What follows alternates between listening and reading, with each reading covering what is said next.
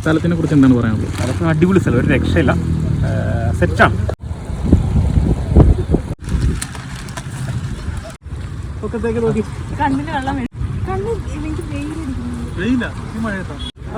ഇപ്പൊ കുറച്ച് നടക്കട്ടെ. എന്തെങ്കിലും പറ, എന്താണ് പറയാനുള്ളത്? ഒന്ന് ചേർന്നേ ചാഞ്ഞോ ചാഞ്ഞോ. അവിടെ നിൽക്ക് കൊടുത്തിട്ടുണ്ട്.